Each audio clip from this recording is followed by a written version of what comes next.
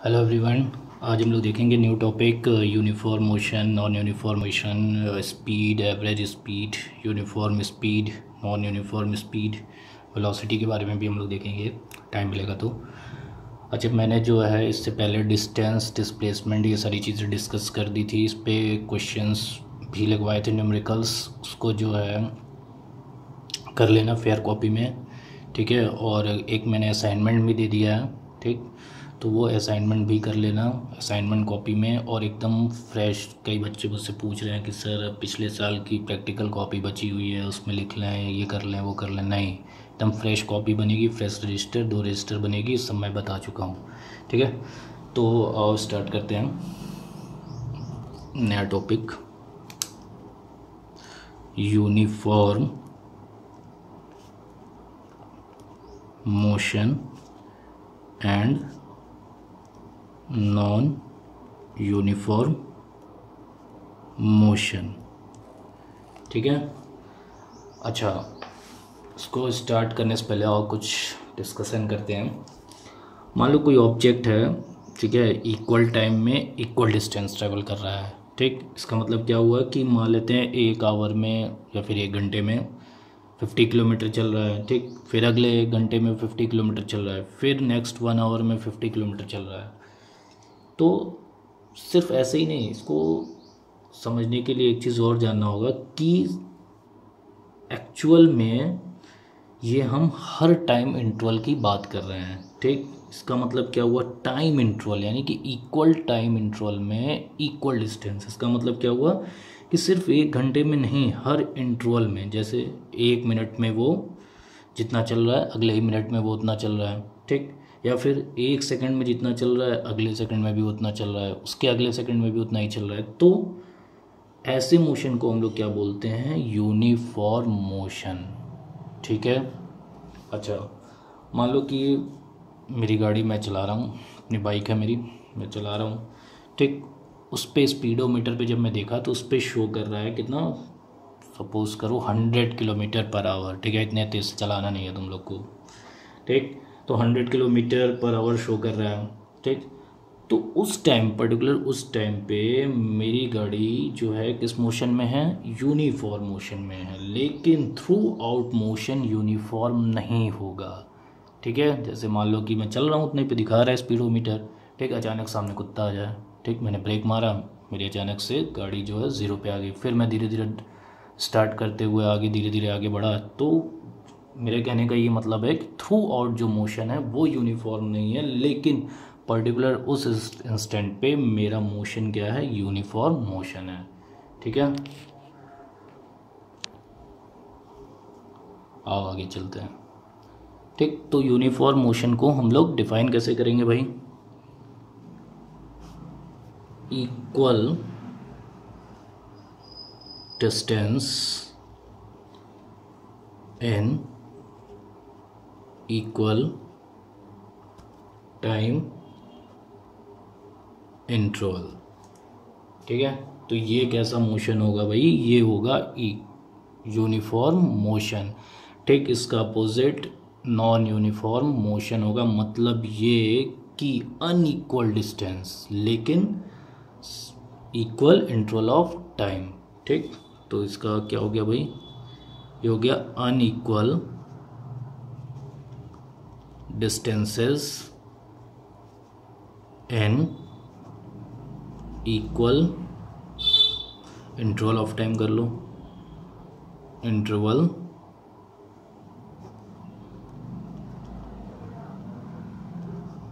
Of time, ठीक है।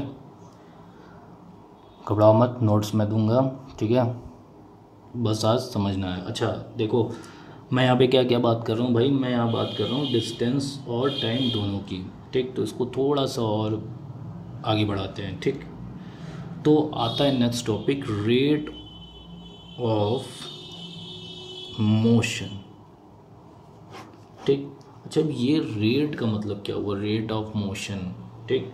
तो रेट का मोशन तो समझ गए हैं सभी लोग, ठीक है। तो रेट का मतलब क्या हुआ कि किसी भी क्वांटिटी का चेंज जब हम किसी दूसरी क्वांटिटी के रिस्पेक्ट में लिखते हैं तो उसे हम रेट बोलते हैं, अब ये क्या कहानी थी इतनी लंबी चौड़ी, ठीक है। इसको और आसानी से समझते हैं, ठीक है। जैसे मान लेते हैं रन रेट की बात करते हैं, क्रिकेट देखते होंगे मैक्सिमम लोग, ठीक है। मान लेते हैं अगर शो कर रहा है रन रेट 6 का है, ठीक। तो इसका मतलब ये हुआ कि जो 6 रन है ये क्या है, पर ओवर में बन रहा है, मीन्स कि पर ओवर में 6 रन बन रहे हैं, ठीक है। तो ये क्या हो गया, रन रेट। ऐसे ही एक स्ट्राइक रेट आता है, ठीक। तो स्ट्राइक रेट का मतलब क्या हो, मान लेते हैं कि मैं बैटिंग कर रहा हूँ, मेरा स्ट्राइक रेट सपोज करो 100 है, ठीक। तो 100 है तो इसका मतलब मान लो कि मैं 50 बॉल्स खेला, ठीक है, और कितना रन बनाया, 50 रन बनाया, ठीक है। इसका मतलब ये नहीं कि मैं हर एक बॉल पे 1 रन बनाया हूँ, ठीक है। कुछ पे 6 मारा हूँ, कुछ पे 4 मारा हूँ, कुछ पे सिंगल मैंने लिया हूँ, ठीक है। सिर्फ मैं 4 और 6 मारा हूँ, बाकी बॉल मैंने डॉट्स किए हैं, ठीक है। तो ये ज़रूरी नहीं कि मैं हर बॉल पे 1 ही रन बनाया हूँ अगर मेरा स्ट्राइक रेट 100 है तो, ठीक है।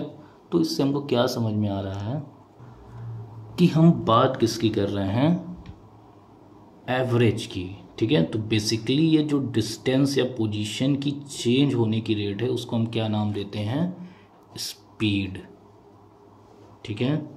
लेकिन जनरली जब हम बात करते हैं स्पीड की बात करते हैं तो एक्चुअल में हम एवरेज स्पीड की बात कर रहे हैं, ठीक है। तो एवरेज स्पीड क्या होता है भाई, ध्यान समझना, बहुत इंपॉर्टेंट टॉपिक है। एवरेज स्पीड ये क्या होता है, ये होता है डिस्टेंस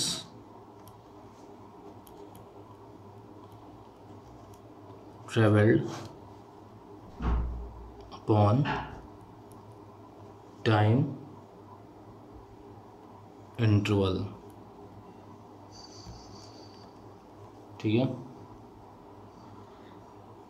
अच्छा एक चीज़ और होती है, क्या भाई, हम कई बार बोलते हैं इंस्टेंटेनियस स्पीड, ठीक है। मान लें कि मैं अगर बाइक चला रहा था तो उस समय मेरा स्पीडोमीटर क्या शो कर रहा था, 100 किलोमीटर पर आवर, ठीक है। इसका मतलब ये हुआ पर्टिकुलर उस इंस्टेंट पे मेरी स्पीड कितनी है, 100 किलोमीटर पर आवर, ठीक है। तो इंस्टेंटेनियस स्पीड क्या हो गई, स्पीड एट एन इंस्टेंट, ठीक है।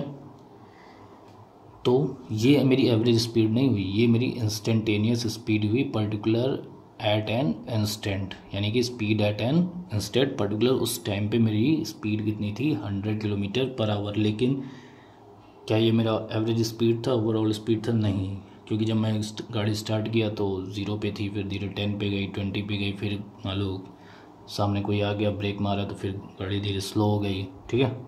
तो ये हो गई क्या, instantaneous speed.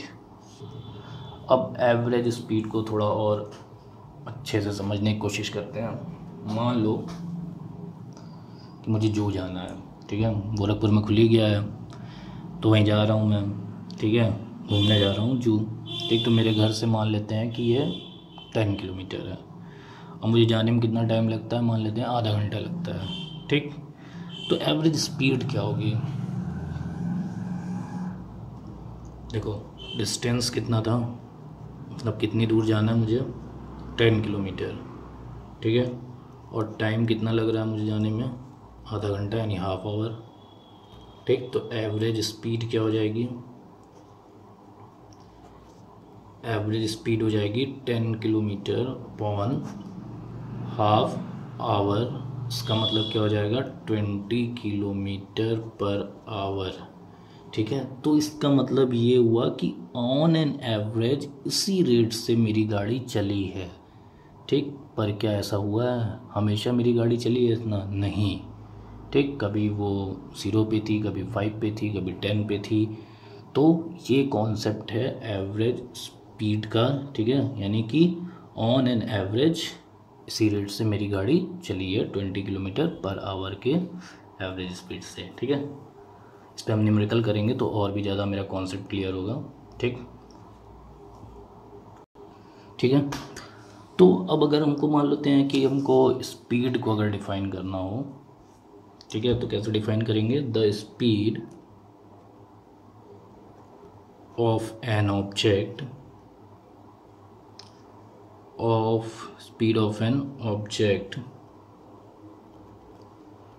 is the distance covered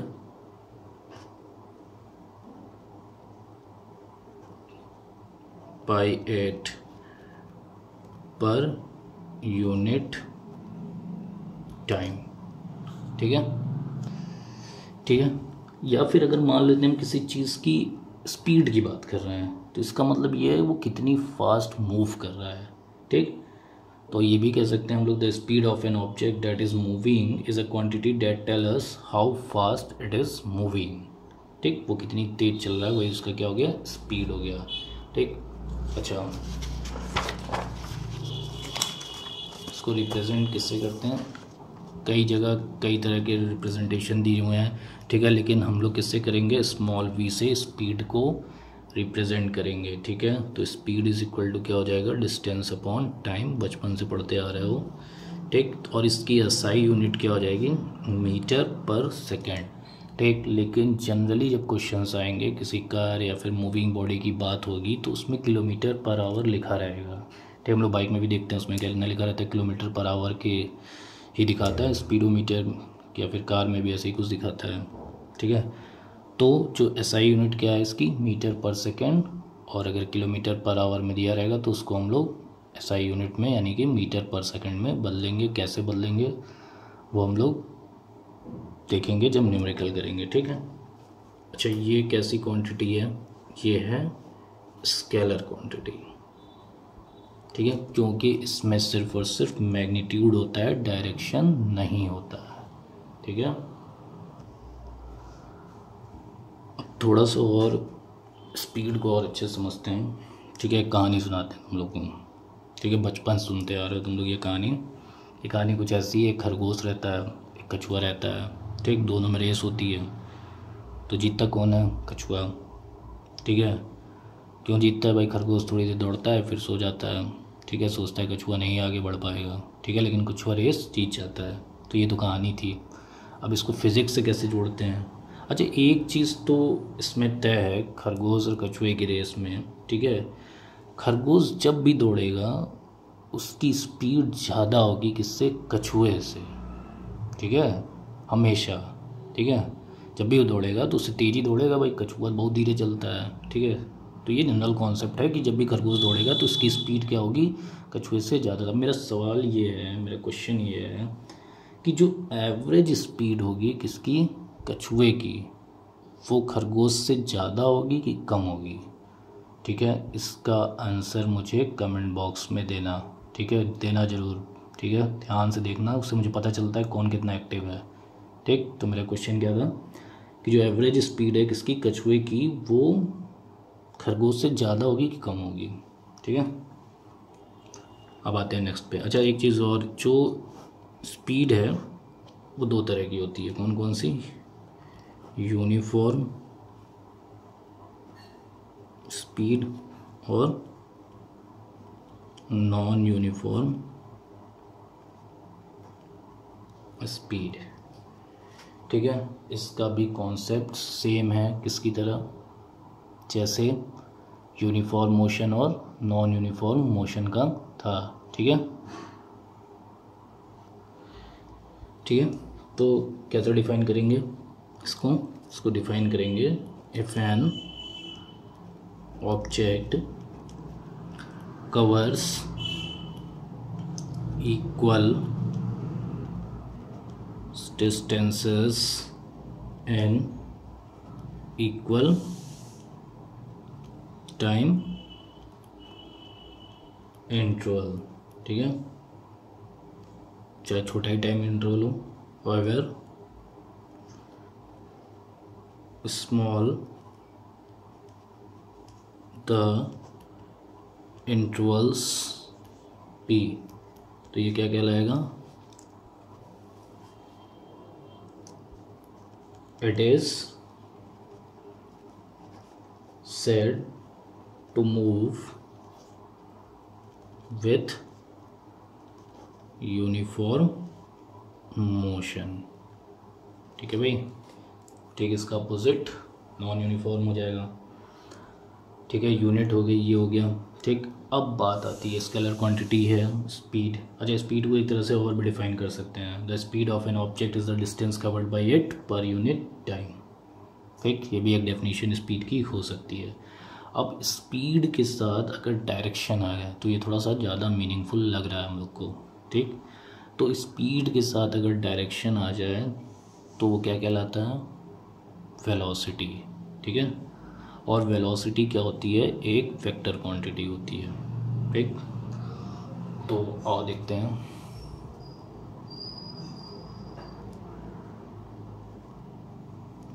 speed with direction, ये होता क्या है भाई, वेलोसिटी। ठीक है, ठीक, इसमें भी हम लोग एवरेज वेलोसिटी की बात करेंगे, वेलोसिटी की भी बात करेंगे। ठीक है, तो वेलोसिटी को अगर डिफाइन करना हो, ठीक है, एकदम इजी वर्ड में, तो हम कह सकते हैं the velocity of an object is its displacement per unit time. सबसे इजी डेफिनेशन है ये। ठीक, क्या मैंने बोला, the velocity of an objects नहीं होगा। ठीक है, the velocity of an object is its displacement per unit time. ठीक है, आई थिंक गॉट इट।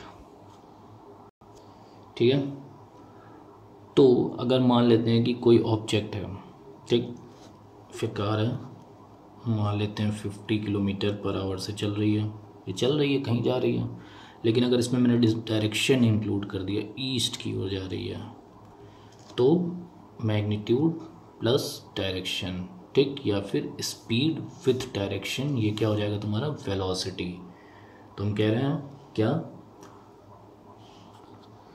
कि वेलोसिटी क्या होगी, is the direction is the distance travelled by the body in unit time in a given direction. ये भी एक definition हो जाएगी। ठीक, और वेलोसिटी होती क्या है भाई, वेलोसिटी होती है तुम्हारा डिस्प्लेसमेंट ऑन टाइम। ठीक है, कहीं नहीं लिखा है distance travel in given direction upon time, तो कंफ्यूज मत होना। ठीक है, और वेलोसिटी को कैसे रिप्रेजेंट करते हैं, वी स्मॉल वी, उसके ऊपर तीर, ऐसे एरो हो जाएगा, तो ये क्या हो जाएगा, वेलोसिटी। ये क्यों करते हैं, क्योंकि ये वेक्टर क्वांटिटी है। ये कैसी क्वांटिटी है, वेक्टर क्वांटिटी।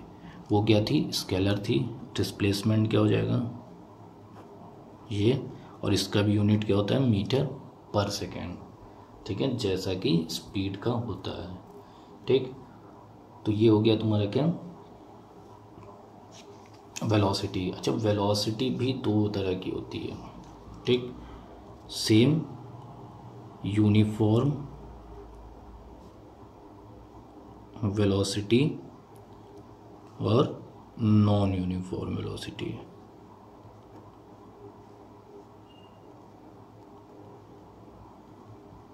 ठीक है, अच्छा एक चीज़ और, ठीक है, यूनिफॉर्म वेलोसिटी को हम लोग कांस्टेंट वेलोसिटी भी बोलते हैं, और नॉन यूनिफॉर्म वेलोसिटी को हम लोग वेरिएबल वेलोसिटी भी बोलते हैं। ठीक है, तो यूनिफॉर्म वेलोसिटी क्या हो गया कि अगर, ठीक है, कोई ऑब्जेक्ट, ठीक है, the velocity of an object does not change as time passes. ठीक है, टाइम के साथ अगर उसकी वेलोसिटी नहीं बदल रही है तो वो क्या हो जाएगी, यूनिफॉर्म वेलोसिटी है। अच्छा, इसमें एक चीज़ बहुत इंपॉर्टेंट है, क्या कि इस केस में स्पीड और डायरेक्शन दोनों कांस्टेंट होना चाहिए, स्पीड और डायरेक्शन दोनों।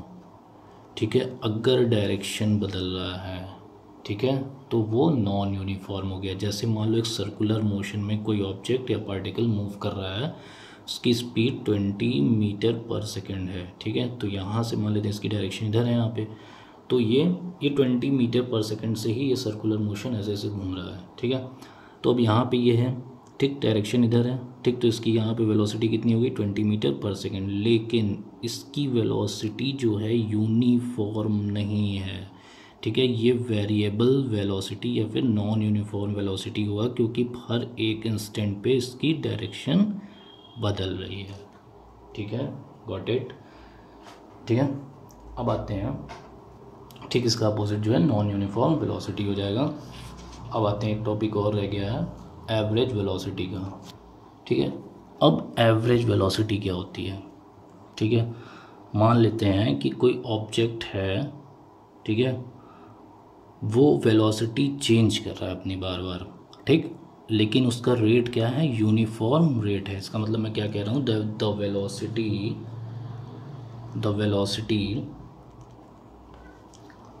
of the object is changing at a uniform rate,